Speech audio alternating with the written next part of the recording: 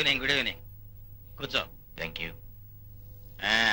నువ్వు చాకు లాంటి వాడు అని విన్నాను, కానీ చూస్తుంటే కత్తి లాంటి వాడు అనిపిస్తోంది. సారీ సార్, పొగడతలన్నా పొగిడే మనుషులన్నా నాకు ఇష్టం ఉంటుంది. నాకు అంతే. ఏమిటి, కాఫీ తీసుకుంటావా, టీనా, లేకపోతే హాట్ గా ఓ పెగ్గు? No thanks. ఎంతకీ నన్ను ఎందుకు పిలిపించారో చెప్తారా? ఆ విషయానికే ప్రొసీడ్ అవుతాను. ఏం లేదయ్యా, మా అబ్బాయి రామ్ కుమారు కొంచెం కుర్ర వెధవ.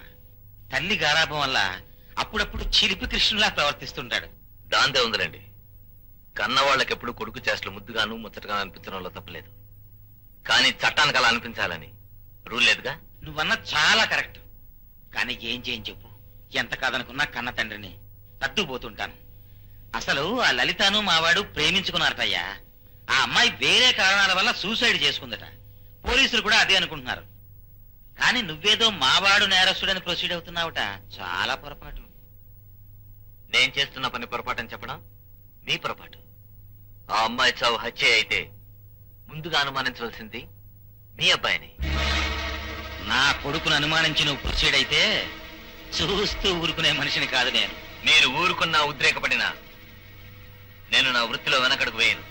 ఎప్పుడు ఎవరి దగ్గర మొండిగా ప్రవర్తించాలో నీకు తెలిసినట్టుగా లేదు. మా వాడు మంత్రి కొడుకు అన్న సంగతి మర్చిపోకు.